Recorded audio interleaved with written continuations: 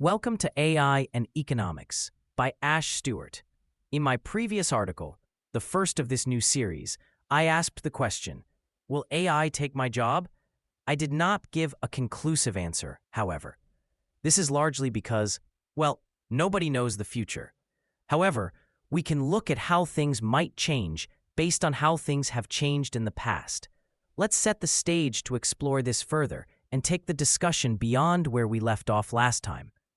One point I emphasized is that a job is in fact a part of the wider system, and hence question, of the overall economy, and the ideas of innovation, production, and efficiency.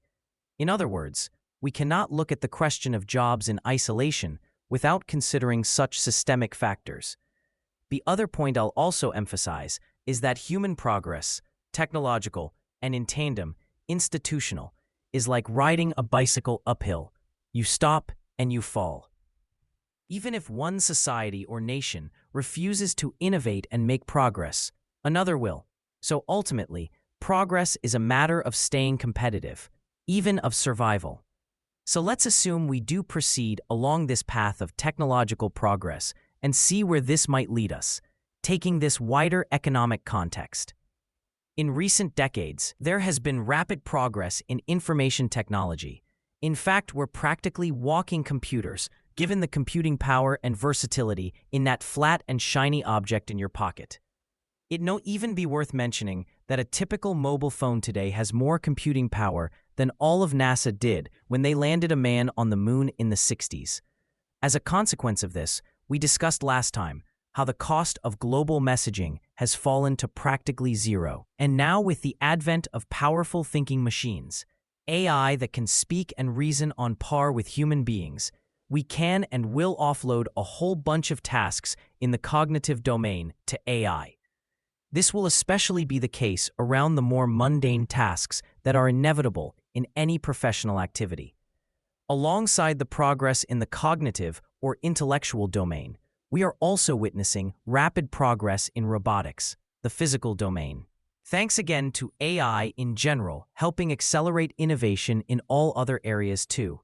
Thus, we will also offload to the robots a whole slew of physical and especially burdensome or backbreaking tasks. Let's talk about why this shift to AI-driven automation is inevitable given such technological progress and why it's not a bad thing for us. We saw in the previous episode that in the overall economic equation, the production equation, a job is a cost, and that across the march of human progress, we have, using innovation, built and utilized tools to increase our productivity and thus decrease the cost of a job. Artificial intelligence, including robotics, takes this to the logical next step. Given that AI robotics will be cheaper than human labor, it'll be economically compelling to utilize AI across industry. Let's take an existing example to illustrate the economics and practicalities of this. The automated teller machine, that hole in the wall where we withdraw cash from. Some of us might remember human tellers, quaint as that may sound to others. Just a few decades ago, if we needed cash, we'd physically go to a bank, typically queue up in a long line, and eventually ask for and be dispensed a certain amount of cash by a human operator. It's not hard to compare the difference in the cost of this job as done by humans and machines. Not to mention the huge advantages automation has offered us. You can, for example, withdraw cash at an ATM practically at any time of the day or night, something impossible with human tellers and traditional bank opening hours. And what about the human teller? People doing such jobs have moved on to other areas of banking, in particular customer service and such like. But you might say, if AI robotics is getting as good as, or even better than human labor, what will we humans really do? And that's a very important question that needs a closer look. It's one of the questions I shall be exploring in depth in this series.